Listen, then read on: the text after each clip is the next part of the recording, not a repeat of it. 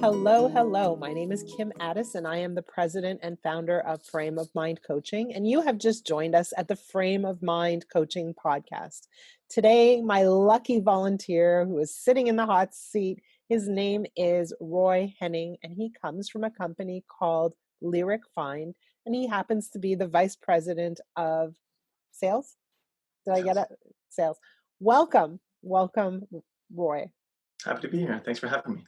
So tell us a little bit about yourself. You're in Toronto, is that right? Yep. In the Greek town, just a little off from the downtown area, but happy to be here. My wife and I have been here for, I'd say, 7 years now. 7 years. Yeah. So LyricFInd, what is it? What does that even mean? Sure. In a nutshell, I like to think that we power the digital music industry with lyrics. By that I mean, we provide companies such as Google and Amazon and Microsoft and Pandora and Deezer, for example, with not only the actual lyric content itself for display, but more importantly, the actual license to display these lyrics. And we do that by working with over 6,000 publishers. And they've aggregated, or rather, we've got the rights to sub-license these to these companies. So let me see if I understand, and let me translate it in very layman's terms. Sure. So there's a singer. He sings a song. He writes the song. They're his lyrics or her lyrics, right? Those lyrics are not for general consumption. You need to pay a licensing fee in order to republish those lyrics. Is that right? Did I get it right? Yes and no. So think of the artist or the writer of that song as the copyright holder, right? There's the music and then there's the actual song lyrics. And what we do is that we work directly with that writer or the publishing group that represents them. And we say, hey, we would love to take your work of art and provide it to these companies who can use it in their service and then in turn generate royalties and get you paid for it. I see. Got it. Understood. Yeah. Amazing. So you come today with a very specific challenge. What is that challenge? Yeah, so I guess as a digital music industry vet of the last 11 years, I've struggled with this idea of work-life balance. Now, as a proud father of 2 kids, I have 2 daughters, I'm constantly sort of wrestling with this idea of working and being at home. And not just, during this COVID era, but I mean, of just physically and mentally just being present, where I find myself constantly torn between thinking about working, being with my family, and still thinking about work. How old are your kids? 4 and 2. 4 and 2. Okay, so let me ask you a question. You're married. Does your wife say, hey, you're not being with us when you're with us? At times, for sure. So how does that conversation go down? It's usually Roy, put away your phone. Sometimes it's more friendly, sometimes it's not. But at most times it's usually always because of my fault. Okay. So it's put down your phone. It's a phone issue, really. It definitely has something to do with the phone, although it's not restricted to the phone because even now I'm not touching my phone, but I'm still thinking about work. What are you thinking about specifically? Things that I got to do, expectations of performing. What do I do? What do I have to do next to move a deal along? Okay. And I mean, you've been there for 11 years. How have you been performing? I like to think pretty well. In fact, actually, a couple of weeks ago, I closed the biggest deal of my 11-year career, which I can't talk about yet because it's not public, but I really look forward to. Okay. So you're performing very well, but still there's something in your brain that is thinking about your performance. It's this sort of nagging issue of always do better, always do more. What have you done for me lately? Okay. I can't shake. Okay. Okay, great. And just go back to your wife for a moment, and then your kids. So she says, Roy, get off your phone. And what is your response? Most of the time, you got it, or you're right. What am I doing? Right. And it's also key to note that we're both working professionals, right? So we're both super busy. Work all day. We've got the kids all, night of course, and the mornings. They're in daycare right now. Thankfully, and we both work at night often. Mm-hmm. And so, how does that impact your relationship with your wife? It means that we work a lot and we raise the kids as best as we can, and there usually isn't a ton of time for the 2 of us solo. Okay, And so the question becomes like, what's the driver? Why are you working so hard? Is it so that, you know, that you're quieting down that voice? I can't say the word. Making that voice quieter. Yeah, no, I understand. Excellent question. I'd like to think it probably has to do with my upbringing, meaning that I came from a home with, father, mother. My dad worked all day. Mom stayed home. A bunch of different sort of mental health issues. I've got two sisters, one of which has severe mental health issues. Still living with my folks, and they're struggling. Have always struggled, and money has always been an issue growing up. And so I guess I've always wanted to put myself and my family in a position where that wasn't the case. And I realized that, that is at the cost of probably being more present than I could be. But, I want to make sure that my kids, um, are better off than I guess I ever was, and make sure So, that they have the opportunity to sort of learn the way that I couldn't. okay, so go back. Money was always an issue as you grew up. Describe how that played out in your upbringing. So you were young, money was an issue. How did you know it was an issue when you were young? Did they say, we don't have any money? Did you not have food? Did you have to move from home to home? What did that look like? Yeah, fair enough. In that respect, all things considered, safe, good home. There was a lot of fighting, a lot of raised voices, and just Between your as a parents result, or between everybody? my parents, and then just being acutely aware of that. Having developed strong empathy skills really early on, I was very aware of what was happening and what they were talking about and what they were feeling. How old were you when you remember them fighting? Sub 10. So yeah. Okay. So they were fighting and they were fighting over money. Like, do you remember the subject or you just heard fighting? No, it was definitely issues of fighting. I mean, I can't remember specifically per se, that young, but I guess issues of lack and debt. And so when you were 10, like, what did you want when you heard them fighting? Like, what was the thing that you really, really wanted? I suppose I wanted them to stop. Is there anything else you wanted, do you think? Like, pretend you're 10 right now. Remember that moment. I mean, if I could wish away their problems, I wish I could have. Outside of that, um, I guess I hadn't thought about it too much, outside of just stop and maybe not revisiting some of those memories for a long time. When you were young, and I know this is going down a very different path than we expected, but that's fine.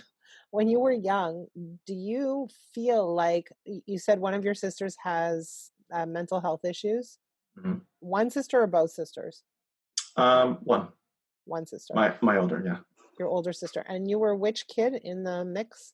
in the middle, Middle kid. Okay. And only boy. the only boy, yeah. And how were you treated as a son, the only son, middle kid? Yeah, I mean, all things considered, quite well. But I was mostly, even though I was the middle kid, I was always treated like the firstborn. And is that because your sister had mental health issues, or is that because you were Yeah, the guy? maybe a little A, maybe a little B, but primarily a lot because my sister had some developmental issues.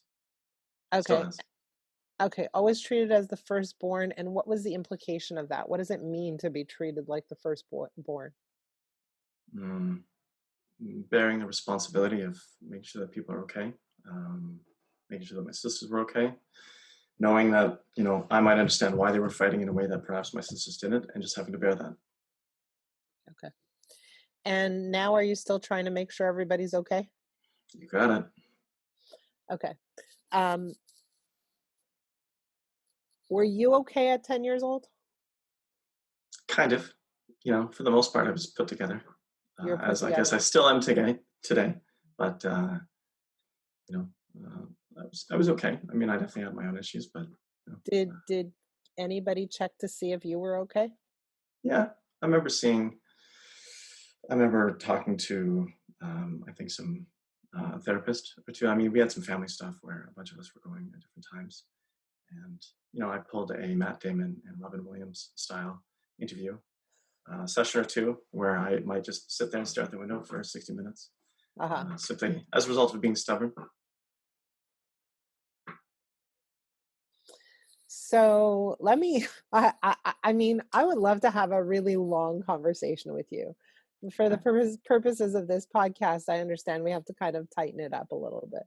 So you have a situation where, as a child, you were given a lot of responsibility, making sure everybody was okay.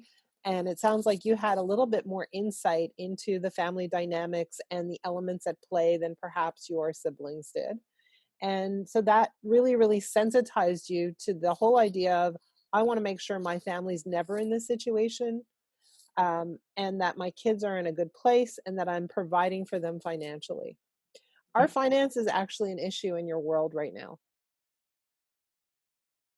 No, but being in sales, right? It's always it's a career living in sort of a house of cards, right? So you're never one more deal away from being really well or losing a couple clients to be like, wow, I need to pick things up. So it's that fine line of like, okay, things are okay, but at the same time, it wouldn't take much to sort of make it not okay. I understand. I run a business, so I get it. Yeah, Right. Okay. And do you fight with your wife other of course. than you? Okay. And does that kind of sound like your parents used to fight or not at all? Different, different. Because I mean, we don't historically fight about money per se, but it's now because of the kids. It's usually about just differences of parenting philosophies and nature versus nurture and things like that. What's your parenting philosophy? God, I wish I Yeah, could talk to you for days. it depends. Some of the most important things that I'd share with my daughters would be, uh, when you fall, pick yourself up, but also protect your face on the way down. So And your um, wife? she doesn't disagree with that, but um, I'm more abrupt, sort of like kind of let things happen, but I will sort of involve myself when I need to. So, for example, the other day, like I'm fine with my kid, my 4-year-old, climbing up a fence. I'm like, listen, as long as you can get down safely, feel free to climb. And I encourage her to jump because, well, you need to sort of know that and know yourself. So you give a little more leeway. You're like, go figure it out, learn from your experiences kind of person. Yeah. Yes, until you sort of cross that threshold of like, stop throwing water on the ceiling. I don't want to clean up that mess right now. Or like, no, I don't need you to paint your legs and then paint my face, but Okay. maybe tomorrow we can play some more art. As you can see, she's a great artist. She is a great artist. Okay. So let's go back to being present with your kids. Okay. So you're with your kids and you're thinking Mhm. about work and vice versa. So when you're work, you're thinking about your kids.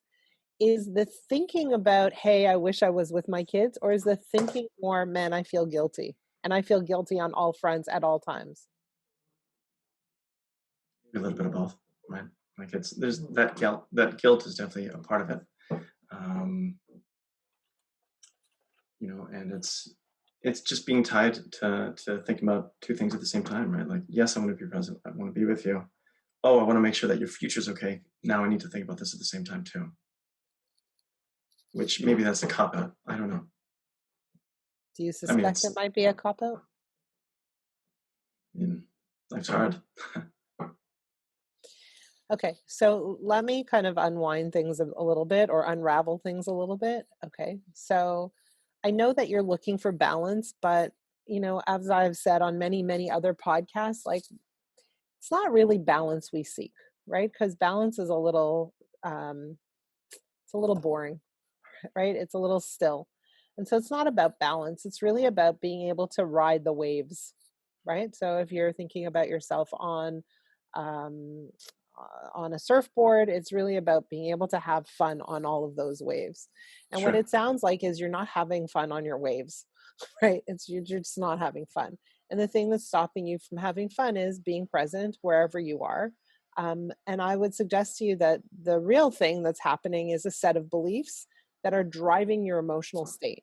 And the Hmm. belief is, I'm not doing a good job, or rather, I'm not doing a good enough job. And even if I do a good enough job, it only lasts me for a little while.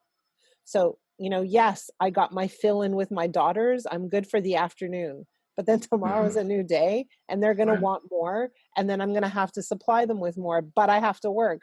And so it's this feeling of never being enough. and Right. never like, you're good for a day and that's it. Yes. That has something to do with it, sure. And so really what I'm interested in totally exploring is this whole idea, is the whole train of thought. And and it comes from what you believe to be true about yourself, which is, I feel guilt because I'm not doing what I'm supposed to do as much as I'm supposed to be doing it when I'm supposed to be doing it. So I'm always behind. Yeah. Combined with, I feel like, all things considered, life has been very fortunate and good to me, despite my incredible background and story and history, which we'll save for another day, of course. But I also feel like there's a responsibility that I have to do more and provide more, given the circumstances that I have available to me. And so I don't stress out about that. In fact, I enjoy being able to sort of contribute where I can and offer whatever I can, in whatever opportunity that there is available. So let me kind of change the question a little bit. Sure. What's your ideal outcome? Is it to be able to have more time to spend on more things? Is it to be able to be present when you're there? Is it to walk away and feel like, you know, I'm good not only for now, but I'm good on a day-to-day basis? I mean, I guess all three sound pretty good in different sort of instances. So And from a tangible standpoint with your wife, is it to be able to spend more time with her? that has something to do with it. I mean, we don't necessarily need to be together all the time, as we aren't anyways, because we both have to work. But yeah, to have more quality time where we're not thinking about work, and not necessarily where we're not thinking about the kids, because they're a lot of fun at this age. So it's great when it is just the four of us. Okay. And actually, COVID at the beginning and the lockdown was great, because during the first 4 months or so, we spent more time together than we have in their whole lives. Was it fun or was it Yeah, stressful? both, both. But the hardest part was balancing work. So what we did for the first, because we're both working from home, is that for the first 4 months, we would take shifts working or taking care of the kids, and then switching halfway through the day, and then both taking care of dinner and bath and bed, and then both working into the night. So um, less sleep than ever before, and so that was really challenging. But once we were able to once daycares opened up and have more time to work, and that made it easier. But it was great to spend so much time with the kids. Okay. So going back to the original conversation, the beliefs we have create the emotional state we're in, Mhm. right? So first we have a thought, and that thought repeats itself over and over again, and when that happens we form a belief. And Right. right now the thought that you have over and over again is, I should be somewhere else. I should be doing something else. I should be doing more. I should be, focusing on work. I should be focusing on my kids. I'm with my kids, but my wife tells me to put down on my phone, so I'm not doing a very good job, right? Right. Or I made a sale, but now what? Right? Right. So it's Exactly. that dialogue that's happening that's causing you to feel guilt, maybe a little stress, a little Hmm. restlessness, a little Hmm. lack of presence. Okay. But it's the belief, and I want you to kind of notice the belief that things should be different than they are. That word should is super important. Right. Okay. Right. So, No, that makes sense. right. And so whenever you are where you are and you feel like, well, I, you know what, I'm here now, but I really should be somewhere else. That Yeah. should create anxiety. That should create internal, let's call it cognitive dissonance, that says, Right. if I'm really a good person, then I would be Yeah. going to do this other thing over here. Right. But how can I do that and this at the same time? So I just can't win. Right. Right. Yes. It's funny. I wrote a haiku this past fall that sort of captures the spirit of this dissonance. Do you want to hear it? Yes. Sure. Let me bring it up real quick. Um, all right, here we go. And it goes, the burden of fix yourself. Always do better. Shouldering bricks. Heavy.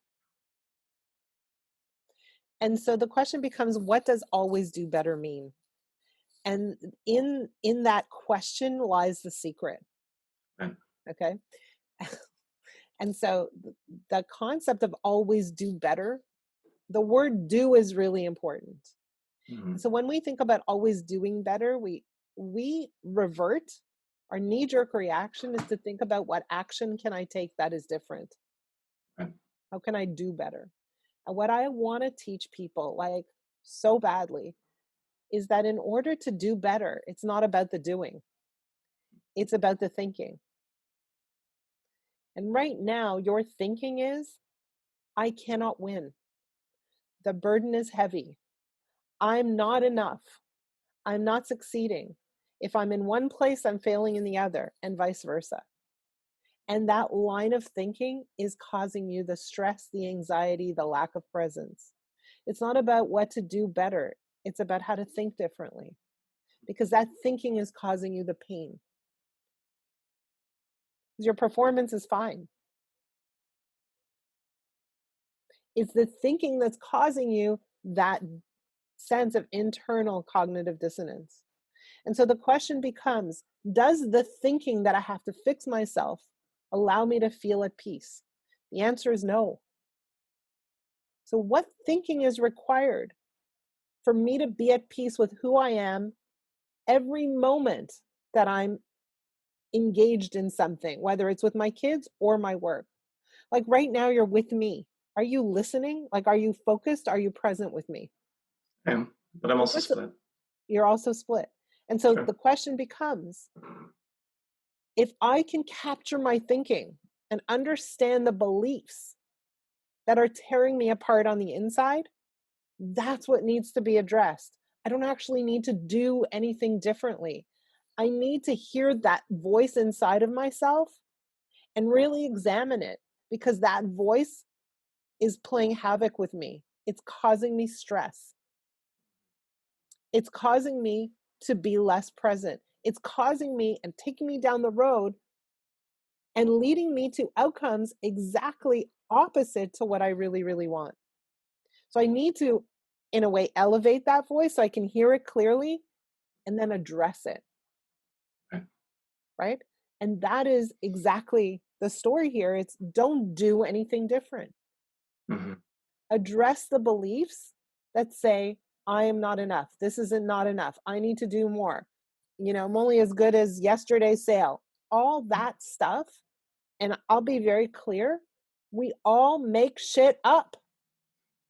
And Yeah. that stuff we make up determines whether or not we live a peaceful, flowing life or whether we live a life of tension, anxiety, stress, and constant discomfort. That is it. The narratives we tell ourselves, yes, that Yes. resonates. So, my advice is actually write down those narratives Mhm. and examine them and ask Mhm. yourself one question. Are these things that I'm writing down actually true? So if I never made another sale again, am I useless? Am I worthless? But that's the way you're living. Yes, that makes sense. So I hope that this conversation just started opening up a little bit of a crack to a different way of looking at yourself, and more importantly, a different way of thinking. It has. Very thought provoking. Amazing. Roy, I want to thank you for being on my podcast today, for sharing your story. I do not think that you are alone in your struggle. I think that many, many people face the same internal problem or internal conflict. I don't think this is unique. And so I'm grateful that you had the courage to share what's going on for you internally. And I have no doubt that this will resonate for so many people who are listening to this podcast. So thank you. For having me, Kim. It's been great.